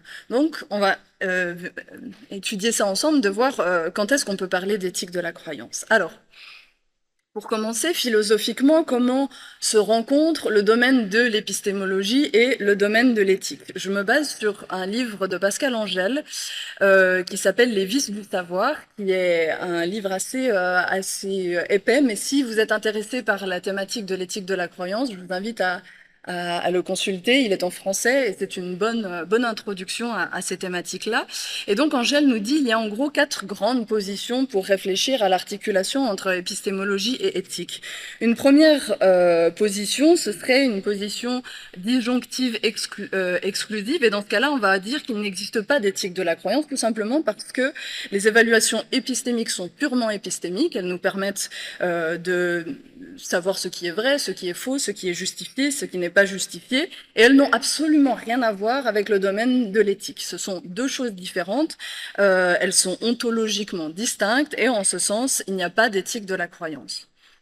D'autres philosophes vont avoir la position complètement inverse, où l'épistémologie est ancrée dans l'éthique, et l'éthique fait donc, l'éthique de la croyance, c'est une partie complète de l'éthique. À ce moment-là, les évaluations épistémiques ont toujours, même si c'est partiellement, elles sont toujours des évaluations éthiques. Donc évidemment, il y a des versions plus modérées de cette position-là, mais pour bien la saisir, on peut citer le cas des religions monothéistes qui nous disent que, eh bien, la croyance est nécessairement vraie parce qu'elle est bonne pour la vie du croyant. Et à ce moment-là, la croyance est alignée à l'éthique de celui qui promeut forcément eh bien, ces croyances-là. Il y a aussi le cas du mathématicien Clifford qui soutenait, ils ne sont pas nombreux à soutenir cette position, mais lui-même soutenait qu'on a moralement tort, et pas seulement épistémiquement tort, on a moralement tort si on croit quelque chose sur la base de données insuffisantes. C'est une position un petit peu extrême, il n'y a pas grand monde qui défend cette idée-là, mais c'est une vision possible. Et puis, il y a la vision disjonctive inclusive qui dirait que certaines évaluations épistémiques ont une valeur éthique, mais que ce n'est pas le cas de toute évaluation épistémique. Donc on aurait un espèce de croisement, un regroupement entre les domaines de l'épistémologie et de l'éthique, et donc certaines évaluations épistémiques auraient cette valeur éthique, et c'est pas toujours le cas. Donc là, on pourrait dire qu'effectivement, certains jugements sur l'épistémologie, et c'est le cas du petit garçon qui croit au Père Noël, eh bien dans ce cas-là, il n'y a pas de composante éthique, parce que là, il n'y a pas de mélange entre épistémologie et éthique, et dans le cas du monsieur qui croit à la Terre plate, alors là, on voit que eh bien, les deux pourraient se rencontrer. Il y a des émeutes hors du bâtiment. Une quatrième position qui est plus difficile à saisir, mais qui existe quand même, et donc je vous la mentionne, l'idée qu'il n'y a pas de regroupement, pas d'inclusion, mais qu'il existe un lien de corrélation systématique entre les jugements éthiques et les jugements épistémiques. En gros, ils surviennent simultanément. C'est un petit peu comme la théorie de la survenance dans la question du dilemme corps-esprit. Ça apparaît en même temps. Quel est ce lien qui unit épistémologie et éthique? C'est un petit peu mystérieux, mais voilà, c'est une position qui existe et donc je me devais de vous la mentionner. Dans le cadre de notre réflexion aujourd'hui, je vous inviterai à adopter, même si peut-être c'est pas le plus intuitif pour vous, je vous inviterai à adopter cette position disjonctive inclusive, donc cette troisième, et on va s'intéresser justement à ces zones de regroupement entre l'éthique et l'épistémologie. Je fais un petit peu un warning avant de parler d'éthique de la croyance pour éviter qu'il y ait un malentendu entre nous sur ce qui se passe dans cette séance. Parler d'éthique de la croyance, est-ce qu'il s'agit pour moi de moraliser les croyances? Non, absolument pas. Il ne s'agit pas de faire de la police de la pensée, comme c'est ici illustré par une image générée par Dali. Il ne s'agit absolument pas dans ce cours de dire telle croyance est morale, telle croyance est immorale.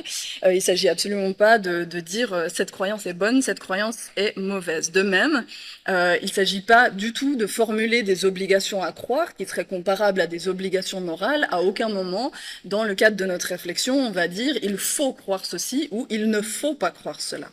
Donc c'est vraiment pas l'idée de faire de l'éthique normative ou de l'éthique appliquée quant aux croyances. Donc pour ma part, je ne vais absolument pas avancer l'idée qu'il est immoral de croire que les vaccins causent l'autisme. On a vu que ça peut être le point de vue de certains philosophes. Vous avez le droit de croire ou de ne pas croire cela. C'est pas du tout le propos du cours. L'idée est plutôt de proposer une réflexion métaéthique. Je ne sais pas si parmi vous, il y a des gens qui ont déjà fait un petit peu de métaéthique, par hochement de tête. Pas beaucoup, très bien. Alors, l'idée de faire de la métaéthique, c'est de faire de l'analyse des concepts fondamentaux de l'éthique, et ici de l'analyse de l'éthique des croyances. Donc, vraiment, l'idée, c'est de réfléchir sur la nature des normes épistémiques. Par exemple, on va beaucoup parler, dans le cadre de l'esprit critique, de la norme évidentialiste.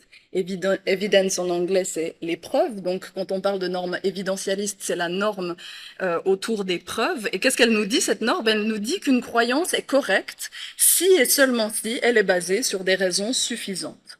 Donc, on pourrait dire, et c'est ce qu'on dirait dans le cadre de ce cours, que la norme évidentialiste n'est pas respectée si aujourd'hui encore on croit que les vaccins causent l'autisme, étant donné qu'on a de très nombreuses preuves qui démontrent que ce n'est pas le cas. Donc il y aurait un non-respect de la norme, et c'est plutôt ce type de réflexion-là qu'on va avoir dans le cadre du cours sur l'éthique de la croyance, et pas du tout une question de moraliser les croyances. Donc on parlera aussi de vertu, mais pas dans un cadre religieux. Donc on comprendra le terme de vertu dans son acception de la philosophie antique, mais j'aurai l'occasion d'y revenir. Donc voilà, quelques points importants avant de débuter.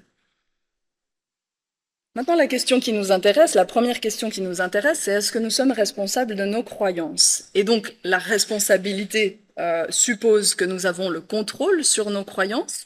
Et pour ça, il y a deux positions philosophiques qu'on pourrait voir comme deux extrêmes d'un continuum. D'un côté du continuum, nous aurions le volontarisme doxastique, donc c'est une position philosophique qui estime que nous sommes responsables de nos croyances en tant qu'elles sont volontaires et donc formées activement et volontairement. De ces croyances découlent donc certains devoirs, et dès lors, on peut être blâmé ou loué pour ce que nous croyons.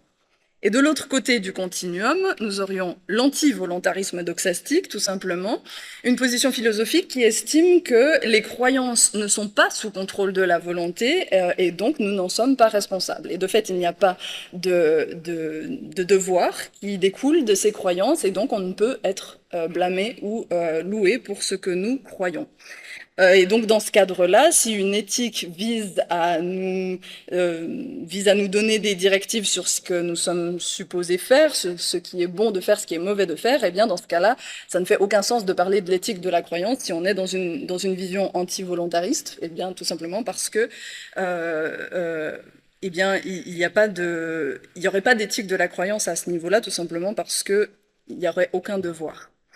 Quand on a une réflexion sur l'esprit critique, on est obligé d'avoir au moins un pied dans le volontarisme doxastique, tout simplement parce que Ennis nous dit que l'esprit critique est une pensée raisonnable et réfléchie qui vise à décider ce qu'il faut croire ou faire. Et en tant qu'il propose cette idée de décision active, il y a quand même quelque chose qui nous approche d'un volontarisme doxastique. Alors, on regarde ça plus attentivement. L'esprit critique nous inscrit dans une forme de volontarisme doxastique, mais il faut quand même tout de suite nuancer, ce volontarisme ne repose pas justement simplement sur l'effort de la volonté. La croyance repose sur l'utilisation d'une pensée raisonnable, c'est-à-dire une pensée qui évalue activement les preuves et les arguments, une pensée réfléchie, c'est-à-dire qui respecte certaines normes épistémiques, justement, en particulier la norme évidentialiste dont je vous ai parlé. Donc, on pourrait dire, en d'autres termes, que l'esprit critique, c'est un type particulier de pensée qui est comparable à The Inquiry, que vous avez vu dans le texte que vous avez lu aujourd'hui. On parlera plus tard des liens entre Inquiry et esprit critique. Mais donc, l'esprit critique, c'est un type de pensée particulier qui est un examen, et ça c'est ce que disait Dewey, qui est un examen actif, persistant et attentif, et plus loin il dit c'est un effort conscient et volontaire. Donc là vous êtes en train de repenser à ce que Florian vient de nous dire tout à l'heure sur système 1, système 2.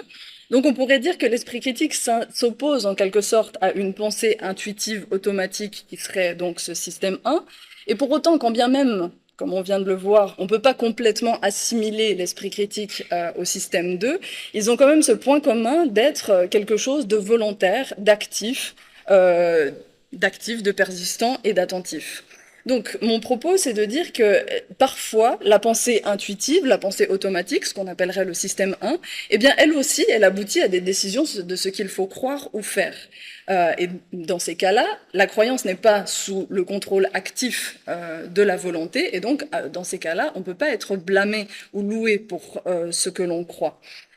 Pour le dire autrement, des fois, on décide de ce qu'il faut croire ou faire juste sur la base de nos automatismes et de nos intuitions, et de temps en temps, c'est l'esprit critique qui prend le relais. Par exemple, aujourd'hui, maintenant, actuellement, quand je vous dis que ça, c'est la définition que Dewey donne de l'esprit critique, vous n'êtes pas du tout en train de réfléchir à aller vérifier, vous auriez tout à fait le droit d'aller lire How We Think, d'aller retrouver la page et de retrouver le passage en question, mais étant donné que votre vigilance épistémique n'est pas activée, en tout cas j'espère, pour l'instant, quand je vous donne cette définition, vous me croyez. Vous acceptez ça dans votre système de croyance, tout simplement parce qu'il y a des indices qui vous laissent à penser que je dois être plus ou moins compétente sur ce que je raconte, et plus ou moins bienveillante, parce que j'ai pas de raison de vous mentir sur ces choses-là. Donc, vous ne vous mettez pas en mode esprit critique, vous restez dans cette pensée intuitive et automatique. Par contre, il peut y avoir tout à coup un indice. Tout à coup, je vais vous dire que l'esprit critique, c'est quand on fait du pain perdu, pour reprendre l'exemple qu'on avait donné au premier cours. Et là, tout à coup, vous allez me regarder et vous dire, mais qu'est-ce qu'elle raconte? Et donc là, tout à coup, vous allez commencer à développer une vigilance épistémique à l'égard de ce que je raconte, et vous quitterez votre mode intuitif et automatique. Donc, l'esprit critique, c'est un type particulier de pensée qui nous inscrit dans le volontarisme doxastique, logiquement, mais en gardant en tête qu'on ne pense pas constamment avec notre esprit critique. C'est pour ça que je dirais qu'il semblerait que l'adoption d'une croyance soit parfois, et je vais même dire rarement, un processus volontaire dans le cas particulier d'une analyse qui découle de l'esprit critique, et donc on pourrait dire que quand on réfléchit à l'esprit critique, on va adopter un volontarisme doxastique faible, c'est-à-dire on sait que la plupart du temps on le fait en mode automatique, mais de temps en temps notre volonté prend le relais. Je vous écoute.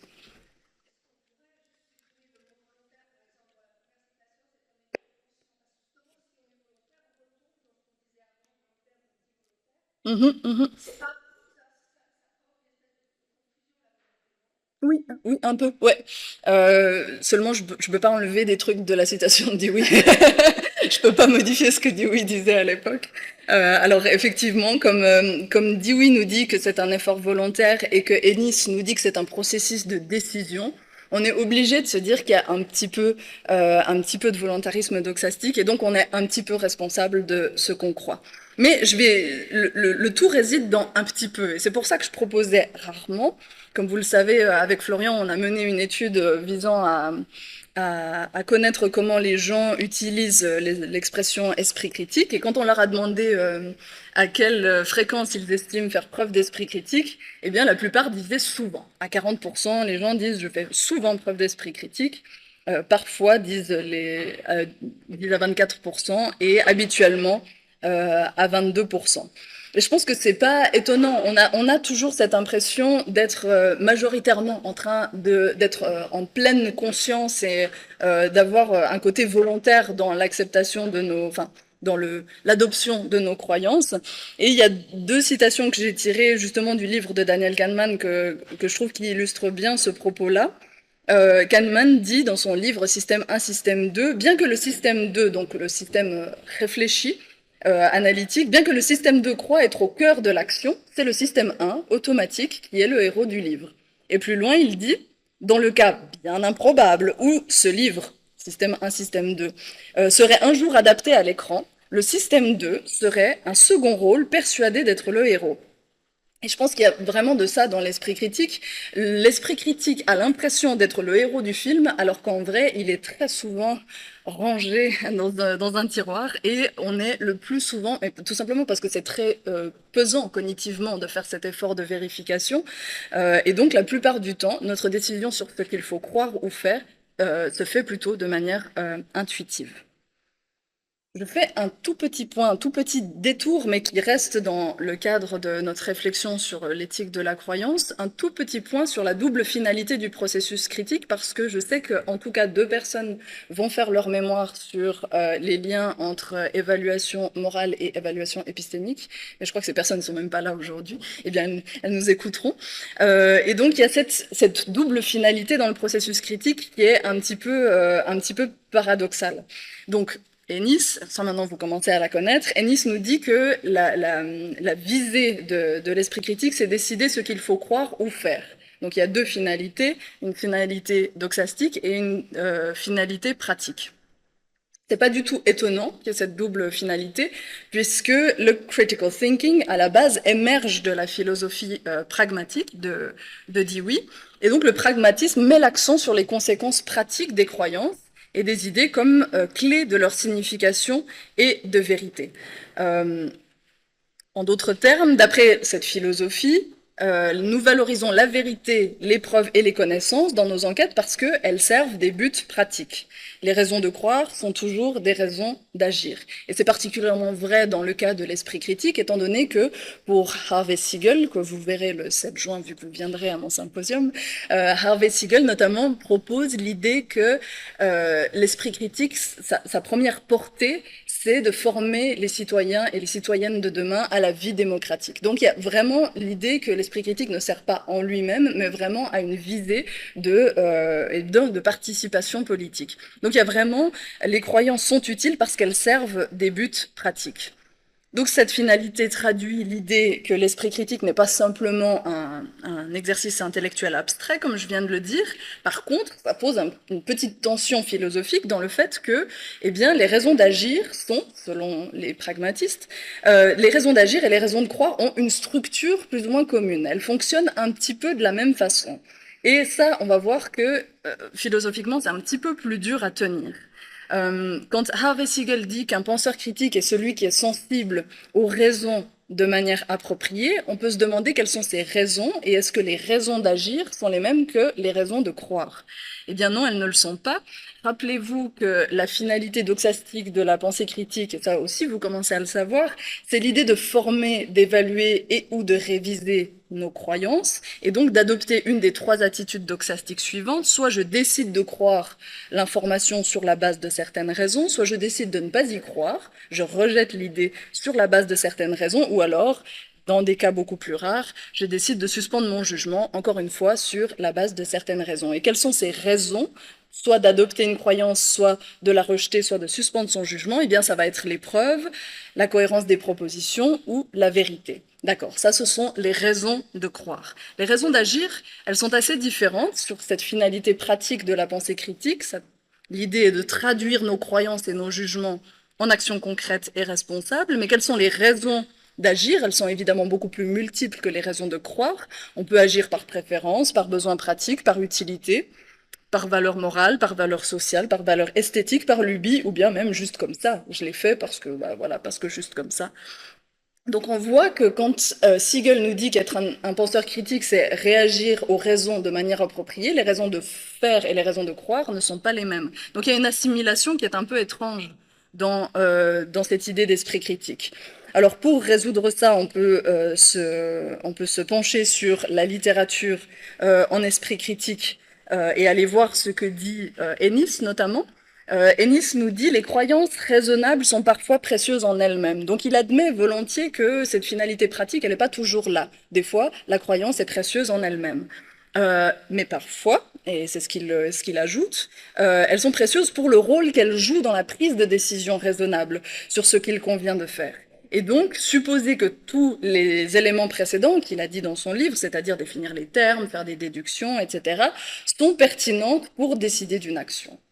Et au même titre que tout à l'heure, vous vouliez corriger Dewey, moi je vais me permettre de corriger Ennis en disant, mais peut-être qu'il aurait été plus précis de dire, qu'il conviendrait peut-être plus de dire que l'esprit critique vise à décider de ce qu'il faut croire, puis faire, une espèce d'agir qui découlerait d'une décision épistémique. Parce que si on a juste d'un côté les raisons de croire et de l'autre les raisons de faire, on peut se dire qu'on laisse de côté les raisons de croire et on associe l'esprit critique à la résolution de problèmes, c'est-à-dire à chaque fois que je suis face à un problème, eh bien, je réfléchis et je trouve une solution et donc j'en arrive à tirer mes conclusions. Ça serait pas du tout un problème pour les pragmatiques qui ont pensé le terme d'esprit critique. Et c'est pas du tout non plus un problème pour nos participants américains qui disaient, vous vous rappelez, je vous l'avais lu, donc pouvez-vous décrire une situation où quelqu'un a fait preuve d'esprit critique? Lorsque moi et mon ami avons essayé de trouver un moyen de sortir une balle de dessous une remorque, mon ami a cherché dans son garage un outil que nous pourrions utiliser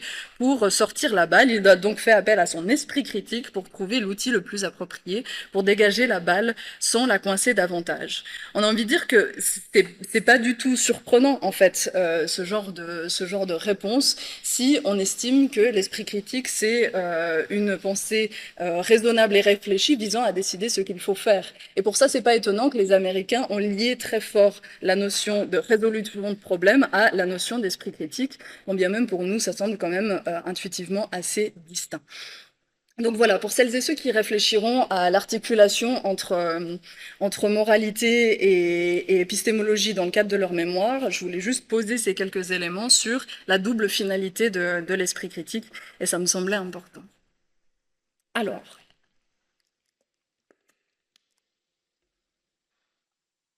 on va complexifier un petit peu la notion d'esprit critique, parce que jusque-là, elle n'était pas si complexe que ça. Donc je vais vous proposer d'appliquer la distinction que Angèle fait dans son ouvrage sur deux niveaux d'épistémologie, une épistémologie analytique et une épistémologie régulative. C'est juste la francisation du terme regulative en anglais. Il ne propose pas d'utiliser cette distinction à l'endroit de l'esprit critique, mais moi je trouve que ça fonctionne assez bien pour parler de certains éléments de l'esprit critique dont on n'a pas encore parlé aujourd'hui et jusqu'à aujourd'hui et qui seront utiles pour réfléchir à l'éthique de la croyance. Donc Angèle nous dit il y a une éthique première de la croyance qui s'applique à l'épistémologie analytique et cette éthique première de la croyance, elle s'intéresse à l'établissement et au respect des normes épistémiques comme la norme évidentialiste. Il dit la croyance est vue comme une réponse à des raisons, mais cette épistémologie ne dit rien de quoi ni comment croire. C'est vraiment un niveau très très basique qui est l'idée que quand on vous présente des preuves, vous y croyez pas. Soit de manière intuitive, comme on l'a vu tout à l'heure, je vous ai montré la définition de Dewey, vous y avez cru, vous avez répondu à la norme évidentialiste. C'est vraiment très très basique, c'est vraiment ce qu'on fait au quotidien. De temps en temps, cette épistémologie analytique, elle peut se faire de manière consciente quand on enclenche notre esprit critique, mais la plupart du temps, c'est quelque chose qu'on fait tous les jours, de manière souvent inconsciente. Et puis, il y a un second niveau d'éthique, qui donc est plus en lien avec une épistémologie régulative, qui s'intéresse aux façons dont les normes épistémiques peuvent réguler notre conduite épistémique et notre vie intellectuelle. Et dans ce cas-là, l'accent est mis sur les méthodes qui permettent la formation, le maintien et la révision de nos croyances. Et selon Angèle, et je le suis sur ce point, c'est à ce niveau que se situe véritablement l'éthique de la croyance, et que nous pouvons vraiment parler de vices et de vertus intellectuelles. Donc c'est vraiment ce que je vais vous proposer pour la suite du cours, c'est de regarder comment l'esprit critique s'inscrit de manière significative, à la fois dans une épistémologie analytique et à la fois dans une épistémologie régulative, et on va voir que finalement l'éthique de la croyance, elle se situe surtout au niveau de l'épistémologie régulative. Alors commençons par l'épistémologie analytique, ce niveau très basique dont je vous ai parlé. Donc, comme je disais, ça s'intéresse à l'établissement et au respect de certaines normes épistémiques, comme la norme évidentialiste. Je le redis, juste parce que je sais qu'il y a beaucoup de termes un peu spéciaux dans ce cours. Donc la norme évidentialiste, c'est l'idée que les croyances doivent être proportionnées à la force de l'évidence, à savoir la preuve disponible. Plus la preuve est forte et directement liée à une croyance, plus cette croyance est justifiée. Je vais reprendre une image que donne Hygiène Mentale sur sa chaîne YouTube, qui dit si je vous dis que chez moi j'ai une grenouille, vous me dites ok, c'est bien. Si je vous dis que chez moi j'ai une grenouille qui parle, là, vous allez demander un peu plus de preuves parce que mon affirmation est beaucoup plus impressionnante. Donc vos croyances doivent être proportionnées aussi à la force de la preuve à disposition. Et donc encore une fois, on peut réagir aux preuves qui nous sont données de manière intuitive et automatique et construire sa croyance ainsi, ou de temps en temps, on peut les analyser de manière critique. Et vous vous souvenez maintenant, parce que vous êtes des experts, que l'esprit critique, c'est un ensemble de compétences, d'attitudes ou de dispositions et de connaissances grâce auxquelles nous évaluons la justesse de nos croyances en fonction des preuves disponibles et de la logique des conséquences, et de la cohérence et leur cohérence logique, pardon. Je vais bafouiller sur celle-ci. Donc, quand est-ce que ça bug? Quand est-ce que ça bug cette épistémologie analytique? Quand est-ce qu'on ne réagit pas adéquatement aux preuves à disposition? Il peut y avoir plusieurs manquements à l'éthique première de la croyance, à ces normes évidentialistes. Un premier manquement, c'est on peut briser la norme évidentialiste tout simplement parce qu'on manque de connaissances. On manque de connaissances sur un sujet, et donc quelqu'un peut ignorer qu'il existe de très nombreuses preuves démontrant que Andrew Wakefield a menti quand il a affirmé que les vaccins causent l'autisme. Et donc là, par manque de connaissances, vous ne réagissez pas adéquatement à la norme évidentialiste. Ce qui me permet de répondre à la question que plusieurs personnes m'ont posée, est-ce qu'on peut faire preuve d'esprit critique quand on ne connaît absolument pas un sujet? De mon point de vue, c'est pas possible, parce que on ne sait pas comment réagir à la norme évidentialiste, comment on peut comment on peut justement ne pas briser la norme évidentialiste, tout simplement parce qu'on n'a pas les connaissances nécessaires. On ne saura pas évaluer, selon certains critères, la validité des preuves qu'on nous présente si on ne connaît absolument rien sur le sujet. On peut manquer à l'éthique première de la croyance par manque de capacité. On peut manquer de ressources cognitives. Un individu peut briser la norme évidentialiste parce qu'il ne possède pas les compétences nécessaires pour évaluer la fiabilité d'une source. Il a très envie de savoir, il peut être très motivé, très déterminé à vérifier une information, mais comme tout à coup il est tombé sur YouTube sur quelqu'un qui portait une blouse blanche, il a eu l'impression que c'était quelqu'un qui était docteur, et donc il l'a cru, mais il n'avait pas les bonnes compétences, les bonnes capacités pour savoir quels sont les critères pour évaluer une source, par exemple. Donc ça peut arriver qu'on manque de connaissances, ça peut arriver qu'on manque de capacité, on peut manquer de temps pour faire cette évaluation des preuves, et puis on peut manquer de ressources, hein, ces ressources financières par exemple, tout simplement parce que eh bien, un accès à Internet, ce n'est pas gratuit, et donc des fois on n'a pas les ressources nécessaires pour pouvoir faire des recherches.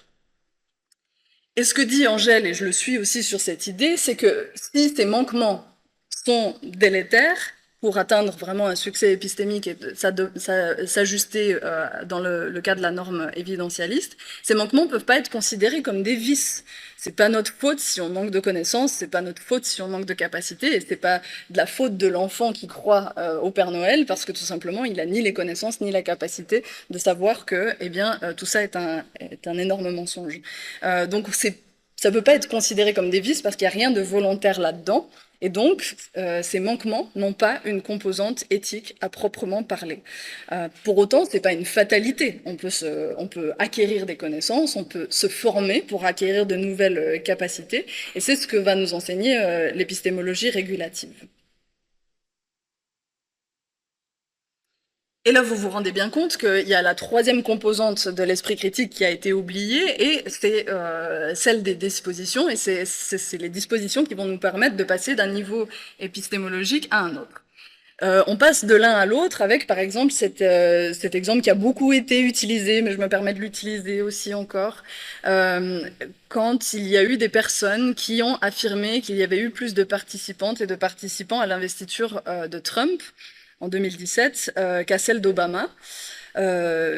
Alors que les spécialistes des foules ont estimé qu'il y avait entre 300 000 et 600 000 personnes à l'investiture de Trump, alors qu'ils étaient 1,8 million à l'investiture d'Obama en 2009.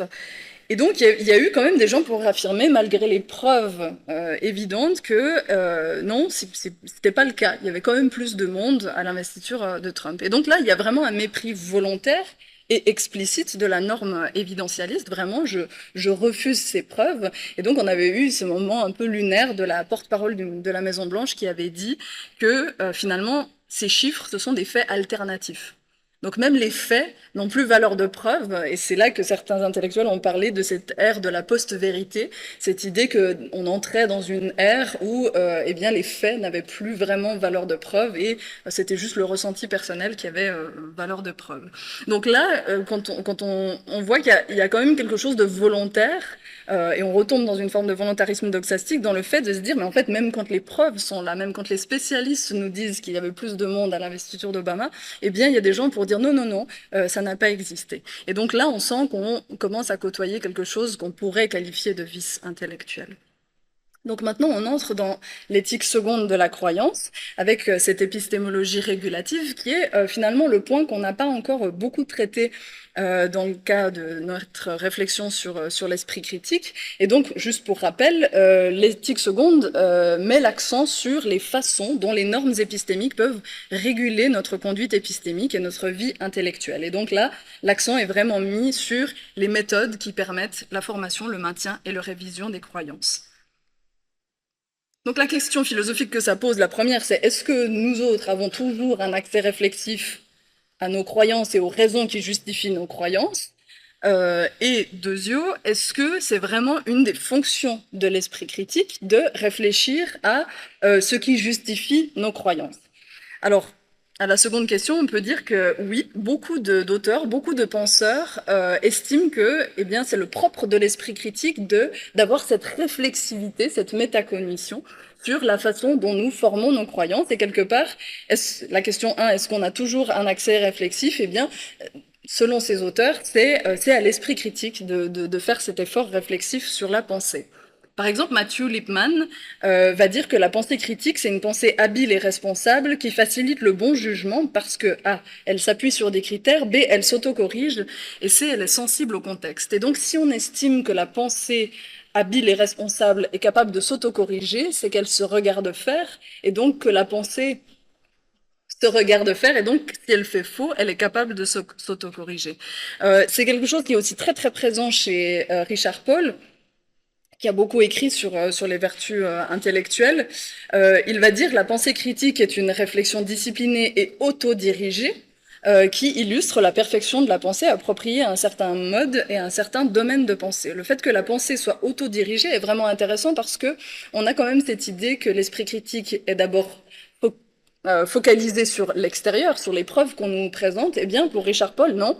L'esprit critique est d'abord a d'abord lui-même comme outil outil de pensée. Et donc, j'avais partagé avec vous au tout premier cours cette définition où on voit bien la pensée qui pense par elle-même, qui se pense en autoréflexivité. Cette définition de Richard Paul qui dit l'esprit critique, c'est penser sa propre pensée pendant qu'on pense pour perfectionner sa pensée. Donc, on voit que il y a comme deux niveaux. Un niveau qui appartiendrait à l'épistémologie analytique et un autre qui appartiendrait plutôt à l'épistémologie régulative. Vous vous rappelez que j'avais proposé cette classification des différentes composantes cognitives de l'esprit critique en disant il y a un temps de clarification où on observe, on propose des définitions, il y a un temps d'exploration où on fait des recherches, on s'informe, on gagne en connaissances, ensuite on analyse, on se pose des questions, on utilise la logique, on forme des hypothèses et on les teste, on anticipe des conséquences, on crée des alternatives. Ensuite, il y a ce moment d'évaluation qui est le cœur de l'esprit critique parce que c'est là qu'on utilise des critères pour évaluer la fiabilité, la vraisemblance, la plausibilité, la légitimité, etc. Et ensuite, on intègre, on trouve des solutions, on décide si on y croit, si on n'y croit pas, et on arrive à une conclusion. Et puis on voit qu'à la fin, il y a ce niveau d'autorégulation qui semble un petit peu hors du schéma, qui n'arrive pas après la dernière étape, qui est là tout du long et qui comprend les capacités de métacognition et d'autocorrection. Et donc on aurait l'impression que tout ça, toutes ces premières étapes correspondent à l'épistémologie analytique, tandis que la toute dernière, pardon, correspond plutôt à l'épistémologie régulative. Et si on le parce que moi j'adore les schémas, donc si on le formalise autrement, on aurait ces 5 moments de la pensée critique qui correspondent à l'épistémologie analytique, et à côté, on aurait, ou tout autour, on aurait cette autorégulation qui nous dit pendant que je clarifie, je regarde comment je clarifie. Pendant que j'explore, je regarde comment j'explore. Je me regarde analyser, je me regarde évaluer et je me regarde intégrer et prendre des décisions. D'accord ? Et en fait, cette clarification, on peut aussi la mettre aux différentes composantes épistémiques de l'esprit critique, étant donné que ce sont des compétences, des connaissances et des dispositions. Sur les connaissances aussi, il y a des choses qui appartiennent plus à l'épistémologie analytique et d'autres qui appartiennent plus à l'épistémologie régulative. On a vu que souvent, les formations à l'esprit critique proposent des formations spécifiques, parfois sur le domaine sur lequel on veut faire porter notre esprit critique, c'est-à-dire si on veut porter notre esprit critique sur la question de l'homéopathie, on va se renseigner sur ce que c'est que la dilution, à quoi correspondent le CH au dos des petites boîtes d'homéopathie, etc. Donc des connaissances spécifiques, mais généralement les formations à l'esprit critique proposent aussi des éléments de philosophie, d'épistémologie, de cognition, d'argumentation et de logique. D'ailleurs, parenthèse, j'étais étonnée, quelqu'un a posé la question de est-ce que l'esprit critique c'est uniquement formé à la logique, alors qu'en vérité, on avait vu que non, il y a beaucoup d'autres éléments justement dans la formation à l'esprit critique, mais j'ai peut-être mal saisi la question. Et puis d'autres éléments qui sont à l'intérieur des formations à l'esprit critique, tout ce qui a trait à la démarche scientifique, d'où les séances de Florian sur les démarches scientifiques, des fois des éléments concernant le fonctionnement des médias et de temps en temps, mais pas toujours, des éléments concernant le contexte sociopolitique dans lequel émergent les questions qui nous intéressent. Et donc si je reviens à la slide précédente, on voit bien que ces éléments de cognition, formés à que signifie la vigilance épistémique, qu'est-ce que la dissonance cognitive, qu'est-ce qu'un biais cognitif, tout ce que Florian nous a appris les 2 dernières séances, eh bien ça correspond plutôt à l'épistémologie régulative, parce que l'idée est d'utiliser ces éléments surtout pour les appliquer à soi-même. L'ennui, et c'est ce qu'on verra la semaine prochaine, c'est que souvent on apprend ce qu'est un biais cognitif, on apprend ce qu'est la dissonance cognitive, et en fait on devient très fort en se formant à l'esprit critique à l'identifier chez les autres, en disant ah ben là tu manques de vigilance épistémique, etc. Donc au lieu d'utiliser ces outils pour te les appliquer à soi-même et développer une épistémologie régulative, des fois, on l'utilise plutôt pour détecter les problèmes chez les autres. Mais donc, l'idée de former à ça dans le cadre de la formation à l'esprit critique, c'est justement d'essayer de former les élèves, les étudiantes et les étudiants à se regarder faire lorsqu'ils pratiquent cet esprit critique ou cette épistémologie analytique. Donc l'esprit critique en tant que pratique réflexive, et c'est ce que nous disent beaucoup d'auteurs, que l'esprit critique est une pratique réflexive. D'ailleurs, avant critical thinking, Dewey avait proposé le terme reflexive thinking. À la base, le critical thinking s'appelait reflexive thinking, et très vite, en fait, je ne sais pas exactement comment ça s'est passé, mais très vite, c'est le terme critical thinking qui s'est imposé. Donc, pardon, je m'égare. L'esprit critique en tant que pratique réflexive est au cœur de la régulation de notre conduite épistémique et de notre développement intellectuel, conformément au principe de l'éthique seconde. Et en ce sens, c'est un concept hybride ou amphibie, où l'esprit critique est nécessaire pour évaluer les preuves qu'on nous présente et donc ne pas se faire avoir, mais l'esprit critique est aussi nécessaire pour nous évaluer pendant qu'on évalue les preuves. Donc il y a une espèce de double niveau comme ça un petit peu étonnant, et donc on peut dire encore une fois que c'est une notion qui est conceptually crowded, qui est encombré conceptuellement, parce qu'on voit que dedans, il y a de la résolution de problèmes, mais il y a aussi évaluer les preuves et se regarder quand on évalue les preuves. Enfin, je trouve que c'est un concept dans lequel on met beaucoup de choses. Et donc, ça a une conséquence un peu étrange, philosophiquement, enfin, moi qui m'empêche un tout petit peu de dormir, mais peut-être que je suis la seule. Ce serait grâce à notre partie régulative de l'esprit critique qu'on peut déterminer s'il convient de faire preuve d'esprit critique ou pas. Et donc de juger si c'est un good thinking ou pas. On avait parlé dans la première séance, peut-être vous vous souvenez de ça, ou c'était la deuxième, que tout good thinking n'est pas forcément l'esprit critique. C'est-à-dire que selon les situations, un good thinking sera une pensée créative. De temps en temps, un good thinking sera l'intelligence émotionnelle. Il peut y en avoir d'autres, j'avais surtout mentionné ces trois-là. Et on avait donné l'exemple de quelqu'un qui aurait la phobie de l'avion et qui a très très peur de voyager en avion, et quelqu'un qui lui répondrait sur le ton de la pensée critique en disant « mais en fait non, voici les statistiques, voici des preuves que c'est un moyen de transport qui est très sûr, vous n'avez pas à avoir peur ». Et en fait, l'angoisse ne répond pas du tout à la logique, l'angoisse est irrationnelle, et donc dans ce cas-là, ce serait plutôt une réponse de l'ordre de l'intelligence émotionnelle qui serait un good thinking. Ce serait quelque chose qui serait de l'ordre de l'empathie pour rejoindre la personne dans son vécu et de réfléchir à comment faire en sorte que cette personne passe un pas trop mauvais moment. Donc en ce sens, dans un contexte donné, l'esprit critique, c'est pas forcément la réponse à adopter. Et donc, ça m'étonne un peu de se dire que finalement, c'est grâce à l'esprit critique qu'on peut décider si il faut faire preuve d'esprit critique ou pas. C'est également grâce à cette épistémologie régulative qu'on peut déterminer comment nos croyances ont été acquises. Est-ce que les croyances que nous avons ont été acquises de manière volontaire, c'est-à-dire est-ce que j'ai été vérifier les sources, est-ce que j'ai des preuves pour croire ce que je crois, ou de manière involontaire. Il y a un exercice assez amusant à faire de se dire, en fait, quand j'étais enfant, est-ce qu'il y avait des croyances que j'avais qui aujourd'hui, avec mon regard d'adulte, qui semblent un petit peu aberrantes, en fait, comment ces croyances, elles sont arrivées chez moi et comment, au fur et à mesure, eh bien, je les ai finalement laissées tomber. Et donc, grâce à cette épistémologie régulative, on peut déterminer en fait si nos croyances, comment est-ce qu'elles sont arrivées là en fait, comment est-ce qu'elles sont arrivées là nos croyances. Et donc elles permettent de distinguer des raisons épistémiques de motivation non épistémique de croire. C'est-à-dire que des fois on croit sur la base de raisons épistémiques, mais des fois on adopte des croyances sur la base de motivation non épistémique. Je vous en donne que quelques-unes, il y en a sans doute d'autres, mais des fois on croit certaines choses pour des motivations eudémoniques, c'est-à-dire je peux croire que l'homéopathie fonctionne quand bien même la science a démontré qu'il n'y avait pas d'effet thérapeutique, mais j'y crois parce que ça me fait du bien. J'ai envie de croire parce que ça me fait du bien. Ou alors j'y crois parce que j'ai pas envie de ressentir la dissonance cognitive que ça me fait ressentir, parce que j'ai toujours utilisé l'homéopathie pour soigner mes proches et mes animaux de compagnie, et aujourd'hui, j'ai pas envie de ressentir la dissonance qui me dit que la science me dit que ça ne fonctionne pas. C'est un sentiment trop désagréable, et donc là, on parle un petit peu des émotions dans le cadre de l'esprit critique. Il peut y avoir aussi l'intérêt personnel, c'est une motivation non épistémique de croire. Je crois que l'homéopathie fonctionne parce que je suis à la tête d'un groupe pharmaceutique qui vend des pilules d'homéopathie, par exemple. Et donc, c'est grâce vraiment à cette épistémologie régulative qu'on peut réfléchir aux raisons de penser de manière critique. Pourquoi est-ce qu'on ferait preuve d'esprit critique, au fond? Pourquoi on utiliserait cet outil, cet effort cognitif?